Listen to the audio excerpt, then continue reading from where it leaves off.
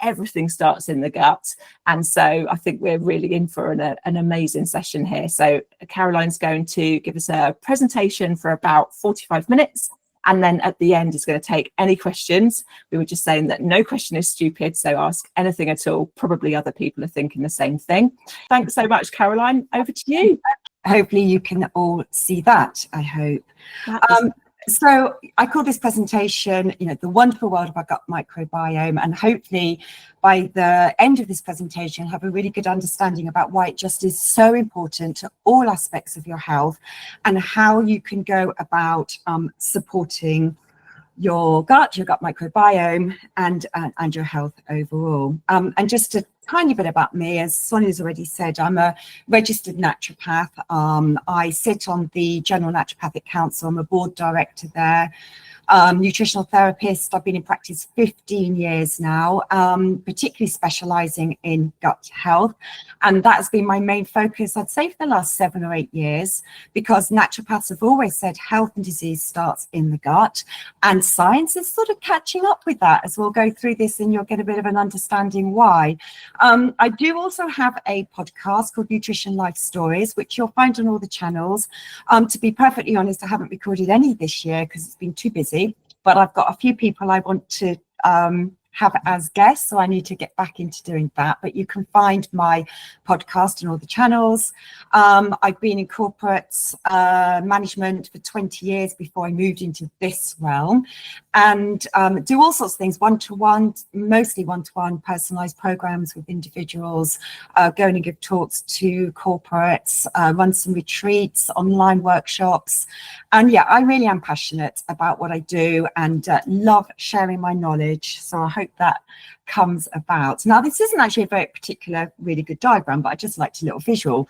Because actually, well, yes, it's showing the microbiome and all these little things. And in the area it's showing is sort of like the small intestines, but the bit around the edge is the large intestines and the colon. And really, that's where the large predominant amount of your microbiome should be. Now, what exactly are we referring to here? I'm sure you're all aware that it's this bacteria. But we will also have some viruses and some fungi and even some parasites. And some parasites, it always sounds a bit scary, but some parasites are almost being reclassified on the knowledge that we now have, only certain ones that they may be potentially more beneficial to our health and not really damaging, but some are, of course.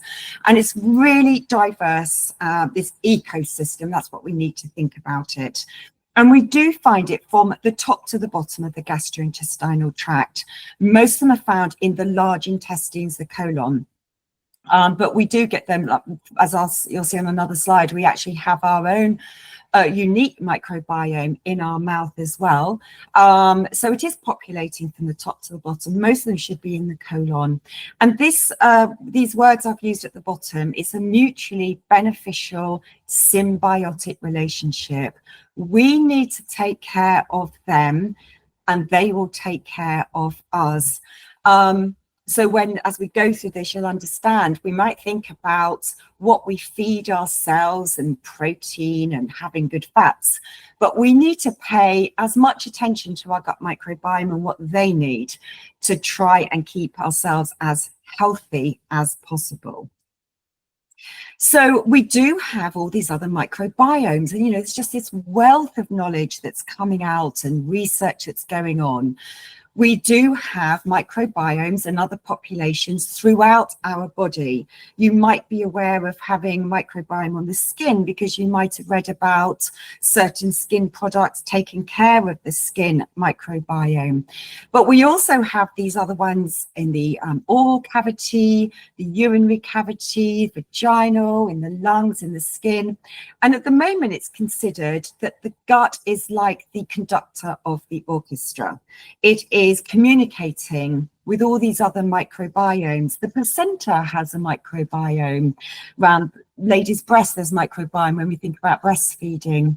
And interestingly, we know that the oral microbiome will influence the gut microbiome in that direction, because when we think about it, we swallow saliva all the time. So when we're swallowing saliva, depending on the makeup of your microbiome, are you swallowing potentially pathogenic bacteria from the oral cavity, or actually are you swallowing good ones? And I'll come and talk a bit about this at the end, but when I do a lot of stool testing with my clients, you can see the presence of oral pathogens in the stool where you wouldn't want them to be.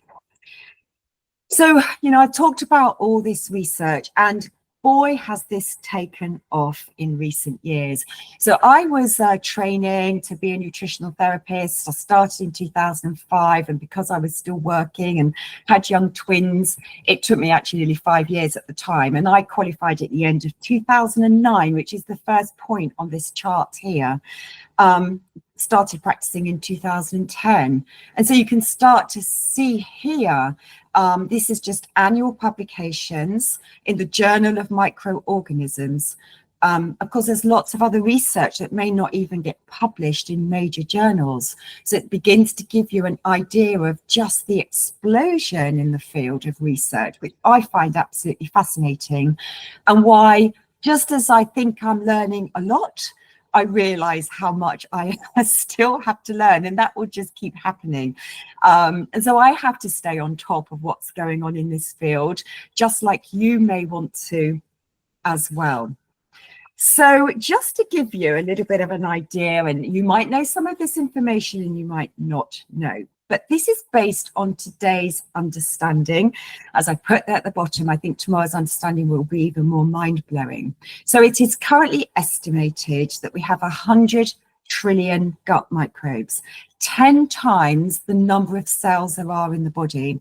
And then we can start to get into the sort of DNA and genetics around this. And if you think about the genetics in our cells and in our body, and then you think of the number of genes that are present in these microbes, you can then start to appreciate just how much of an influence they are having on our overall health.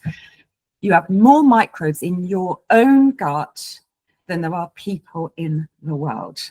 It's considered to weigh 1 to 2 kilos. And there are 28,000 different species of microbes identified now, currently. We will keep identifying more. Some of these don't even have names yet. They've just got numbers because they're still trying to work out. They haven't got names. Each one of us should have around about, I think really it should be about 200. You may have 150. I have had clients where it's down at 67, which is not considered healthy at all. So we want to be up around 200, 220, maybe 240 with the right ones, from this total population of 28,000 that have been identified. And we do know that some are far more important than others, but it's about the collection and the overall makeup of what those species are. 70% of our immunity starts in the gut. We have lymphatic tissue known as Peyer's patches in our gut that are producing white blood cells, and because these microbes are influencing what is going on, it has a major impact on our immunity.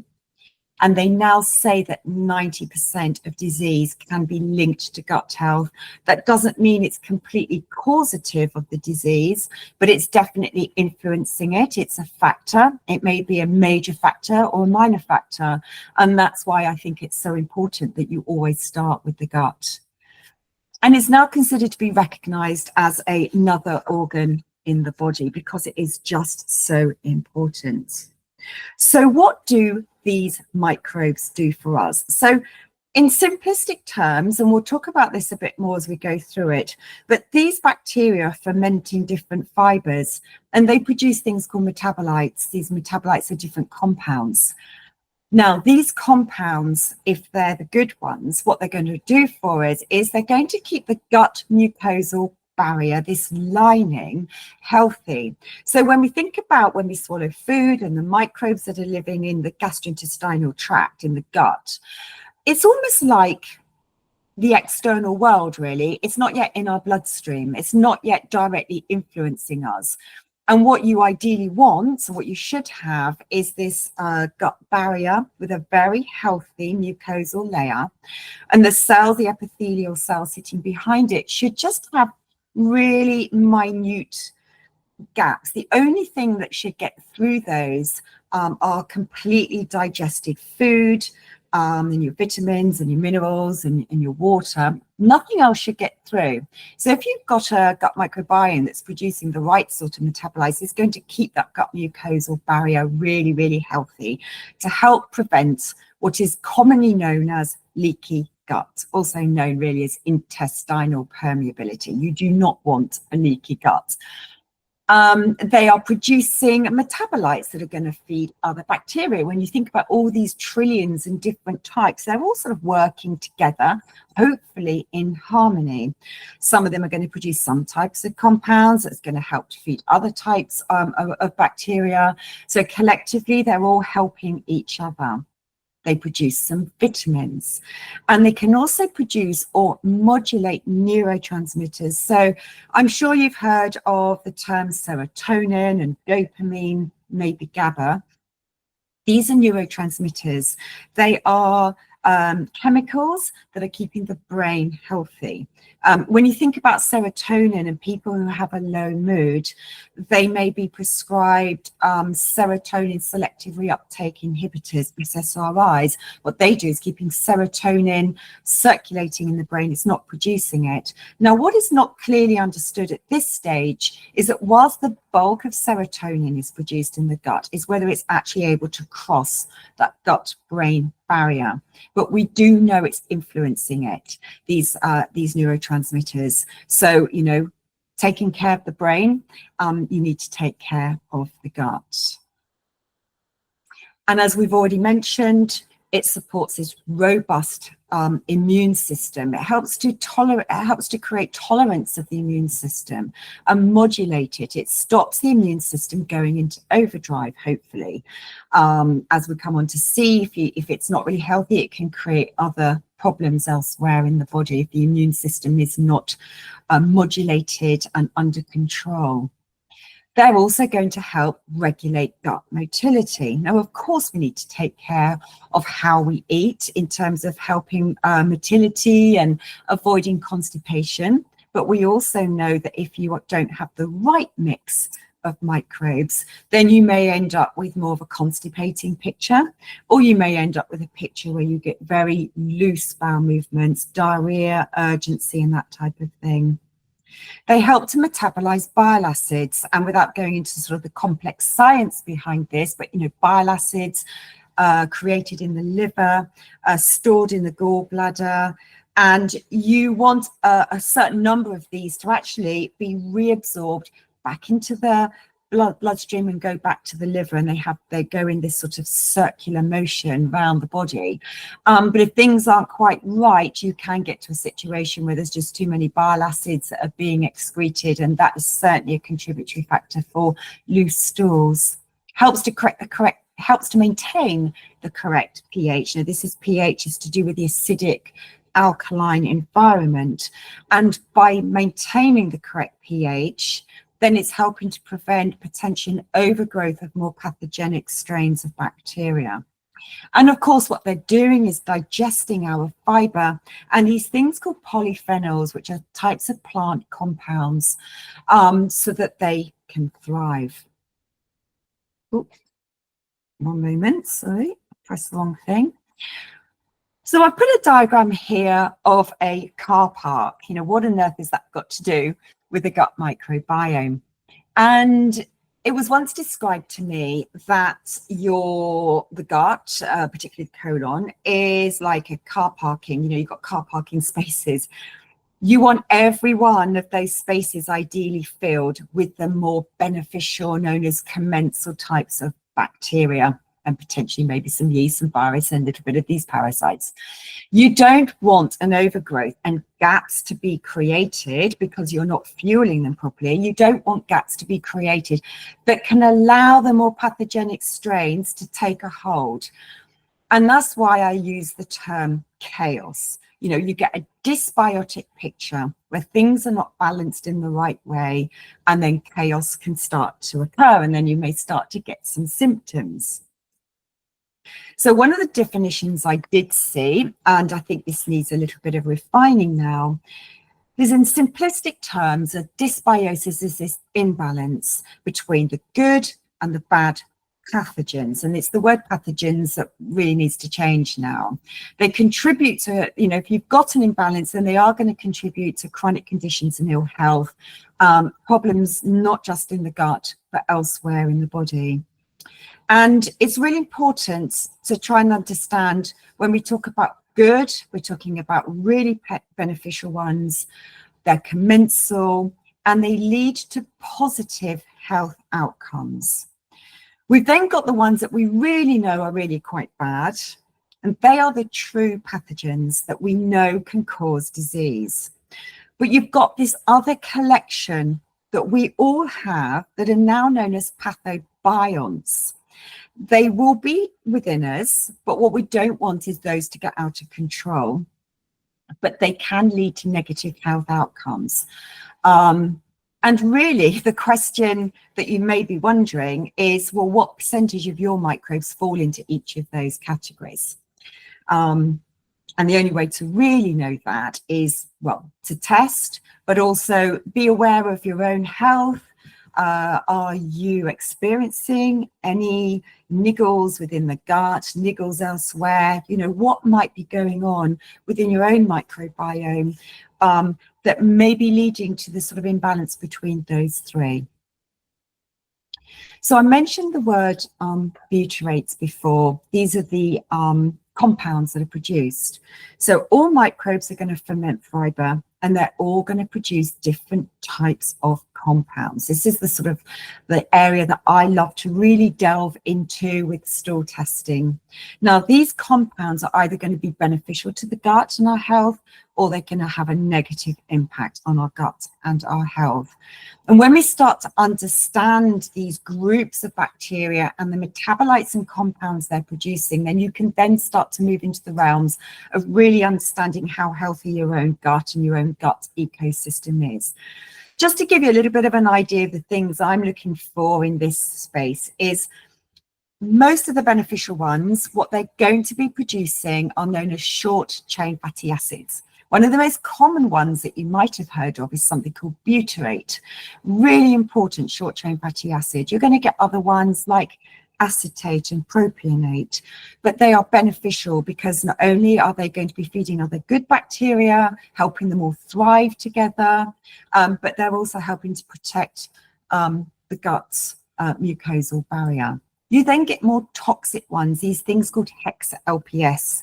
LPS stands for lipopolysaccharides, but what it actually means is the more damaging ones produce these LPS compounds on their membranes. When they break down, they start to damage the gut wall. That's what can make the gut become a bit leaky.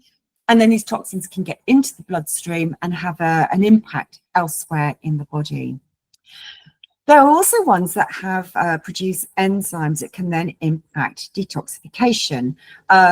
There's something called beta-glucuronidase, but basically what it can do, whether you're somebody who may suffer from something like endometriosis or PCOS, you know, it's trying to, we want to excrete a certain amount of estrogen, but if you're not careful, it can be broken down and get reabsorbed back into the bloodstream and then have a knock-on effect, creating too much of an estrogenic effect in the body, for example. Or it can be breaking down drugs that could be reabsorbed back into the bloodstream, which should be excreted from the body. And then you get these gas producers. This has become an area that's quite a lot of you might have heard of. When we start to get what's called like a SIBO type picture that may be going on, an overgrowth of bacteria in the small intestines that predominantly they're going to be producing gas like methane and hydrogen sulfide. Now, they're not necessarily going to be in the small intestines. They can be in the large intestines, but these gas producers are not ones that you want. They can lead to bloating and cramping and discomfort and either lead to more of a constipating picture or more of a loose type of picture that's going on. Some of them are producing histamine, or they may be breaking down histidine in food to histamine, so maybe contributing to histamine-like reactions in the body. So I don't want you to get too concerned and worrying about all these names.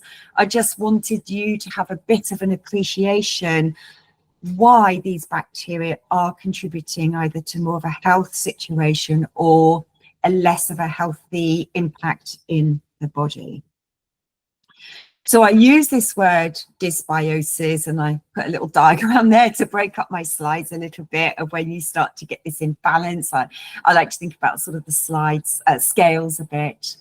So when we get this imbalance going on, when you start to get more of this dysbiotic picture with all these different compounds and metabolites that may be produced, that's when you can start to get a situation of intestinal inflammation, systemic inflammation. This is inflammation affecting other parts of the body because of those toxicities that can get into the bloodstream, creating inflammation elsewhere. This impaired intestinal barrier, this leaky gut situation that's going on, problems with gut motility, things can become too slow, things can become too fast, creating problems going out for people. A lot of people I work with, you know, it's a real disability. If you have problems with your bowel movements and you're worried about going on holiday, you're worried about going out, you need to know where the nearest toilet is. It's a real problem. You could have high levels of circulating hormones. You could have high levels of drugs. And of course, your very typical IBS type symptoms. You know, IBS is a term that doesn't mean a lot to me, and I know it's easy to use those terms, and I know that if you go to the doctor, this is a term that's used, and I know it does have its own classification, but to me the important thing is understanding what the actual symptoms are, because that's when you can start to help people.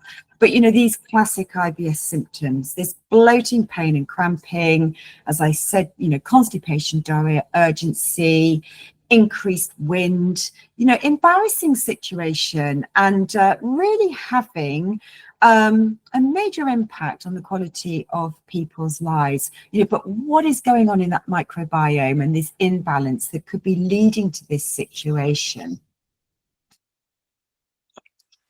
So, you know, in terms of how this impacts our health, then what has the microbiome and, you know, an imbalance in this microbiome, what health conditions has this been linked to?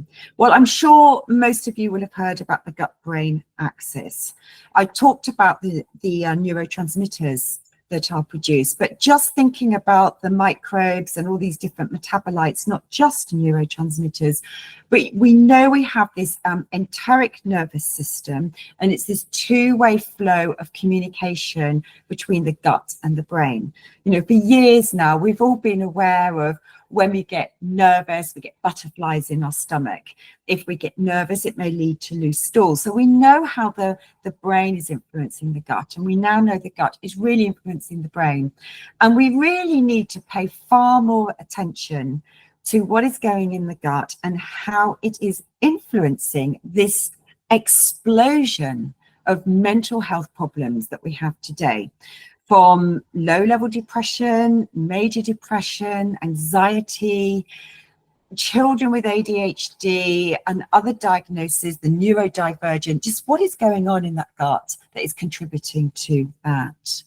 IBS I've mentioned, SIBO I've mentioned, when you might get an overgrowth of methane or hydrogen sulfide predominant bacteria that start to take a hold in the small intestines where they shouldn't. And what they do is they start to feed off different types of food that are coming through. They feed off it, they create these gases, and the gases have got nowhere to escape, creating this bloating and discomfort. And men come and see me and say, I feel 7 months pregnant, particularly by the end of the day. IBD, you know, more and more research beginning to show how some of these more pathogenic strains, or some of those pathobionts, if they were allowed to get out of control, can be contributing to these IBD situations and even to bowel cancer. This chronic low-grade systemic inflammation, it is considered today that most people, a lot to do with our lifestyle and our diets and our stress, but also the gut, is that we're living with what we call this low-grade systemic inflammation going on in the body. So it might not be that you've got major joint aches and pains, but we've all got little niggles of one way or another. So how much inflammation is really going on in the body that's low grade, that may be coming from the gut? We're aware that chronic fatigue syndrome and fibromyalgia has links to the gut. Hormone irregularities, I mentioned, potentially, we know these microbes, that they're known as the estrobolome, which may be breaking down this excess estrogen that's trying to be excreted from the body, and that might end up being reabsorbed back into the bloodstream again. Menopause, we may think that we just want to hang on to all the estrogen, but there's different types that are being detoxified through the liver, and some we don't want to keep hold of. Autoimmune conditions, so going back, I said at the start, about 70% of our immunity, and in the gut, it's helping to maintain what we call immune tolerance. When we've got autoimmune conditions, our immune system is going into overdrive, and then it starts to, the body starts attacking its own tissues. The immune system has lost its tolerance, and it may stem, and there's a lot of research to show that it does stem from the gut and the different types of bacteria there. Skin conditions, I've helped many people with skin conditions, eczema, psoriasis, fungal. I've just recently worked with a little girl, very much, I think, stemmed from the gut, and supporting that. Little girl couldn't sleep, couldn't concentrate at school, affecting her social life, quiet and withdrawn, and she's become a completely different child altogether now. Cardiovascular disease as well, there are links there. Yes, there are links to obesity. They've studied obese people, they've looked at their microbiomes, they've compared it to a sort of more of a healthy cohort of slim individuals, and noticed a different makeup of their gut microbiome. Don't use it as an excuse though, but it's just to be aware there could be a factor. Type 2 diabetes as well. Yes, of course we must take care of our diet, but it could be the makeup of the microbiome is not helping the situation. Again, going back to immunity, you could have poor recovery from infections. Are you one of those people that keep being struck down by infections and you can't recover from it? It takes you ages, and just as you get over it, something else knocks you for six. Sorry, two of these popped up at the same time. I couldn't work out how to change it. Your microbiome is as unique as you are. I said that we can now study our own microbiomes. We should have around 200 different species. Some, common ones we might all have, but we'll all have quite different ones from this 28,000 that have been identified. But we have to go right back through our lifestyles to look at the impact, more to do with the negative impact here, on our microbiome. What factors in our lives have these made, have these been part of your own lifestyle that could be having an impact on your gut microbiome? So let's start with antibiotic use. But I think we're all pretty much aware now, from a medical profession, they don't want to be using them because they're worried about this explosion of not being able to control superbugs. But we know the moment you take an antibiotic, they're antibacterial, they're going to destroy some of your microbiome. It's considered that once you've destroyed some, you'll never get them back again. So, antibiotics, yes, there are times we need them and important, but use them cautiously. As a naturopath, we need to give, our body is amazing, and given the right tools, the right nutrients and the right support, it can recover and get over infections and things. But sometimes we're a little bit too hasty. And whereas drugs are a bit like a magic pill and we can get rid of things very quickly, given time, your body could overcome things. So we do need to think twice about antibiotics.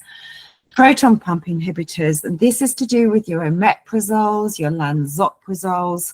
Proton pump inhibitors are lowering your stomach acid. Now, this isn't the space to get onto when and where you should use them or maybe not use them. but they should be used really cautiously, because when we lower stomach acid, it's impacting our first line of defense. Your stomach is meant to be really acidic for several reasons, but when we think about bacteria, I mentioned about swallowing saliva with bacteria in, and some of that saliva and bacteria may be more pathogenic. You want that acid to try and destroy those bacteria. The same with when we swallow food.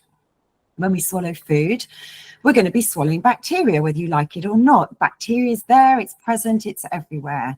That stomach acid should be destroying those bacteria, a first line of defense. So if you lower your stomach acid through the use of proton pump inhibitors, you're opening up the door to allow pathogens to survive and get through into the gut.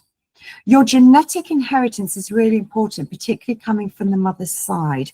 Your mother is really going to influence your initial makeup of bacteria.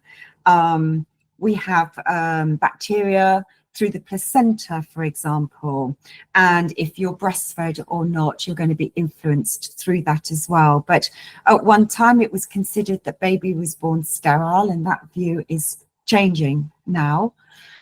Your birth and early childhood exposure, if you were born through the birth canal, you're going to be exposed to all the vaginal microbiome.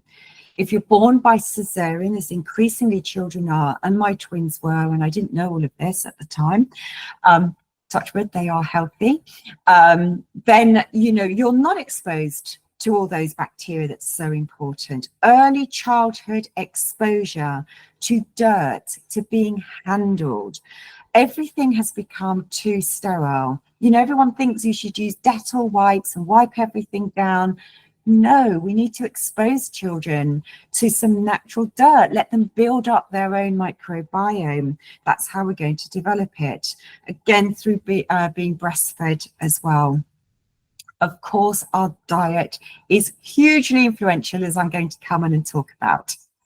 Your lifestyle and travel. Have you picked up bugs through traveling? You know, I've had in the past traveling to India, food poisoning bugs, you know, and as that had a knock-on effect that's been very difficult to overcome. And stress levels, you know, stress is a very difficult one. You know, we live in very stressful lives, but what can we do to try and control our stress levels? So the bit I'm sure you want to know more about is, how do we take care of our gut microbiome? So first and foremost, we have to think about a wide diversity and abundance. Diversity and abundance are the words I use all the time. We have to look at what we're eating, the colours on our plate. How often are we getting plant-based food into our diet on a daily basis? You know, ideally we'd get 10 a day, and that sort of scares people when I say that. But it isn't just about vegetables. It's about some fruit, but be careful with the sugary fruits. It's also about nuts and seeds, herbs and spices. It could be a little bit of whole grain, a little bit of brown rice, things like that, maybe a tiny bit of dark chocolate because of the polyphenols, but predominantly plants. It does not mean I'm thinking about a vegan diet here, because I'm not, and I'm not vegan. It's just making sure that throughout the day, are you getting enough plant-based food into your diet? And it needs to be diverse. So whilst I've got 10 a day, and that seems a bit scary, you know, start to think about 5 different plant foods a day and build from there. But trying to get 40 different plant foods every week, you know, so when we do online supermarket shops, which I don't do, it's tempting to just put the same old into your supermarket basket every single week. And you're not then getting to the supermarket, or lovely, hopefully a farmer's market, seeing what's fresh, what's in season, and choosing things that you might have not had. You know, the front corner of that slide, which was actually taken in my kitchen a while ago, is fennel. You know, how often are you eating fennel? And, you know, some of these other things, there's red cabbage there deliberately on that picture. There's lots of different colours. So don't exclude anything. You know, cauliflower and mushrooms are just as important as carrots and squash. You've got to feed the rainbow. You want to get as much different variety and colour on your plates every single day every single week. So a little bit about prebiotics. Now, you might have heard of this word, and increasingly I see it in more and more supplements, the word prebiotic. What that actually means is prebiotics are feeding the bacteria. So it's different to probiotics, which I'll come on and talk about. Prebiotics are feeding them. So some really good prebiotic foods that you can incorporate into your diet, things like garlic and leeks, asparagus, fennel, some oats, chickpeas, lentils, onions. They're prebiotic foods. Now, some people I know struggle with some of these foods. So I'm not saying if you struggle to eat them and if you get bloating from them, then you must go and put loads into your diet. I'm not saying that. Tiny bits here and there, because at the end of the day, we're trying to feed this beneficial bacteria all the time. Crowd out space, remember the car park, crowd out space for the pathogens to not overgrow. And then we think of the word polyphenols. So polyphenols are plant compounds. These are really important to feeding some of our microbiome. Pomegranate, colourful berries, you know, there's an abundance at this time of year. Flax seeds, nuts, plums, rye, olives, red onions. You can see a lot of those are more of the red coloured ones, really, really colourful. There's something called resistant starch. In more recent years, that is a new fibre that was identified, and we know resistant starch cannot be broken down and digested in the gut, and therefore goes on to feed certain types of bacteria. Now, you have to be careful, because at one time we thought, well, if you cook and cool rice, then you could get an overgrowth of bacteria and things growing on it. But it's about how you do it. You want to cook it and you want to cool it quite quickly and freeze it, or put it in the fridge, and then you can eat it. And same with potatoes. This resistant starch feeds other types of bacteria. The point I'm getting across here is there's no one type better than another. They are all doing a different role and a different job in feeding different types of good bacteria. Pectin. I love telling my clients and advising my clients to cook and stew apple. Potentially take the skin off them if the skin is an irritant to you. Add cinnamon, don't add sugar, and keep it in the fridge and just eat a tablespoon of stewed apple. It's really anti-inflammatory to the gut, full of antioxidants, and the pectin is a lovely, lovely soluble fibre that can help regulate bowel movements, feeding bacteria, and pear as well, maybe to a slightly less degree pear, but also really important.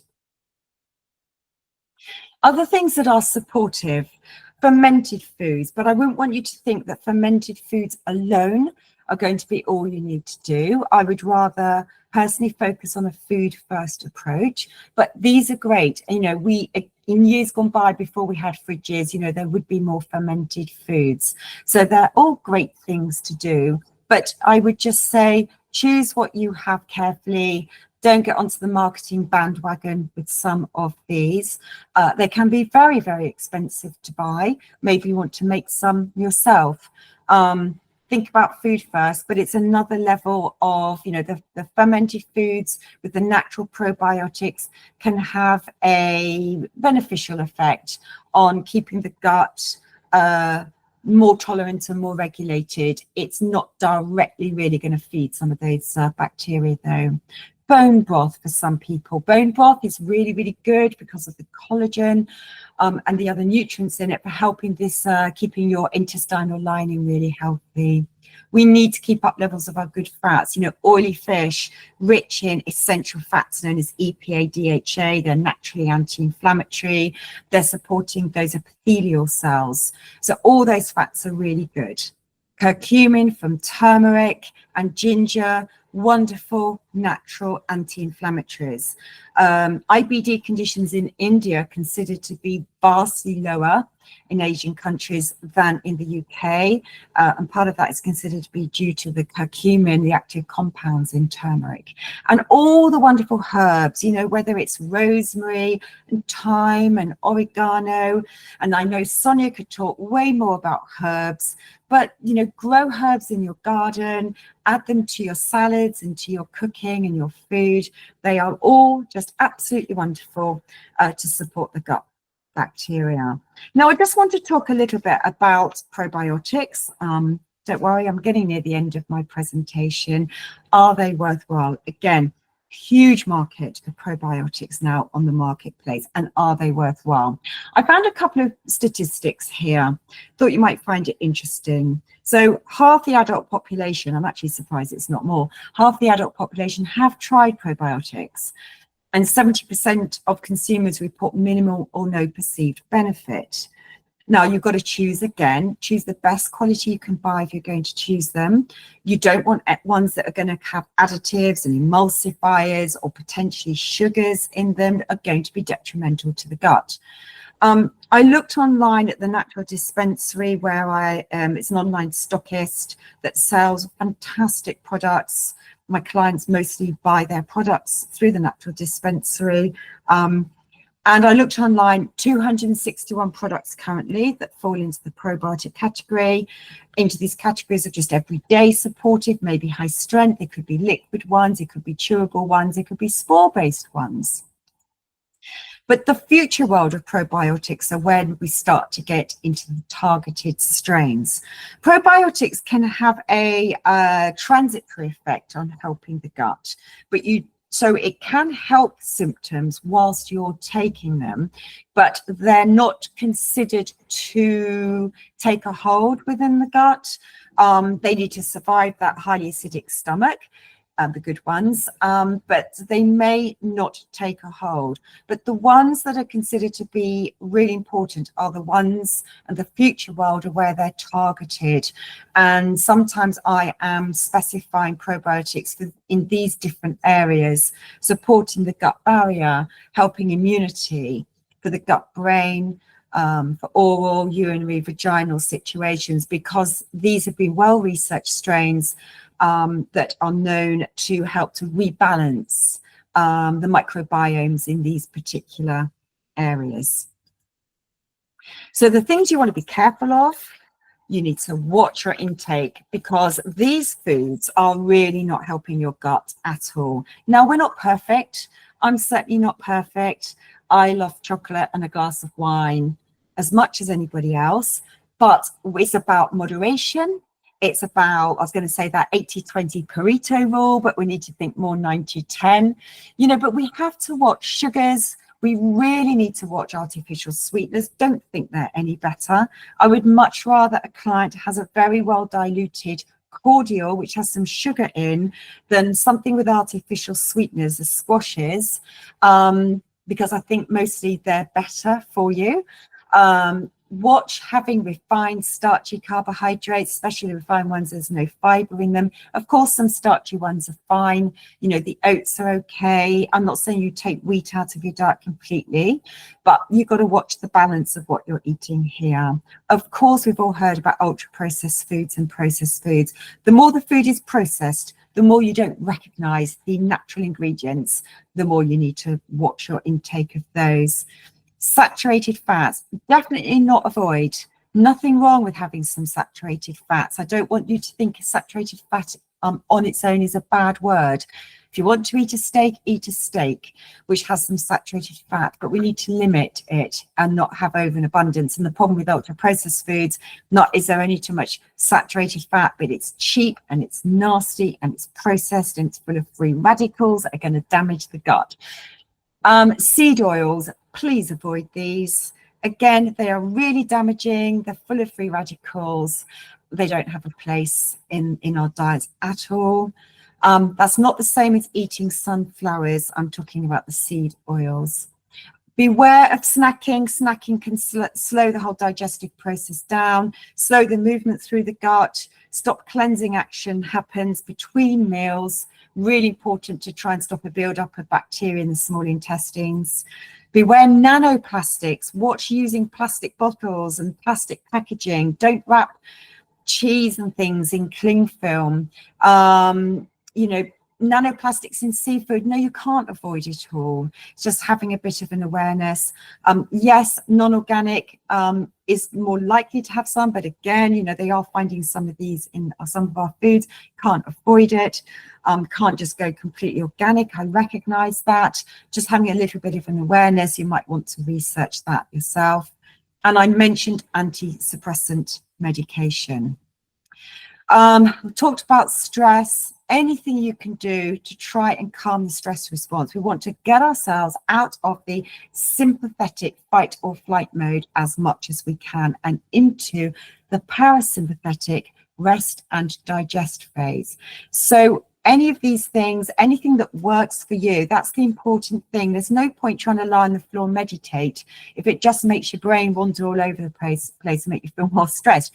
Find something that works for you, incorporate them into your day-to-day life, do some deep breathing. And I especially think it's important to do deep breathing and try and calm yourself before you start eating to really support digestion. So just, I thought I'd do a little bit just before I finish here about the testing I now use in my practice. This is the latest test on the market. It's only been available in the UK for about 6 months. I was asked to be a pioneer in the UK to bring this test to the market. They can now test the entire gut microbiome from 28,000 species, of which you should have hopefully about 200. Through this company called Microbiome, the Meta Explore test. It uses next generation sequencing, so it can look at your entire microbiome, no second guessing at all, identifying those pathobionts, those pathogens, the parasites, potentially looking at intestinal inflammation, systemic inflammation, leaky gut. And it is giving and provides me with really clear, actionable answers and not guesswork at all that you can then help people, I can help people work forward with. So if you want to know more about me, there's a QR code if you wanted to join my newsletter. I send advice out every week with offers, different news. I mentioned earlier on my Nutrition Life Stories podcast, but I also have a YouTube channel with about 400 or 500 videos on there that I started at the beginning of 2020 before COVID and lockdown for several years. I do the odd one now, but I've got a substantial catalogue of videos, roughly 20 minutes long, some are short snippets, all sorts of advice and information you can find there. So please go and subscribe. You can join my Facebook group, and I'm on Instagram as well. And that's my website, peytonprinciples.com. So that's my QR code. And thank you very much. Well, I mean, that's just been amazing, Caroline. I can't believe how much you've covered in an hour. It was a real whistle stop, but you know, everything's there and lots of food for thought and things to go away and think about. And everybody now knows where to find you. I mean, I just think you're such a wealth of knowledge on this particular area that there's no reason for people to be struggling in this area. There's really is the help out there, and people should, you know, find a way to access it. So thank you again for coming and doing this for us today. It really has been my pleasure, highly informative, and can't thank you enough.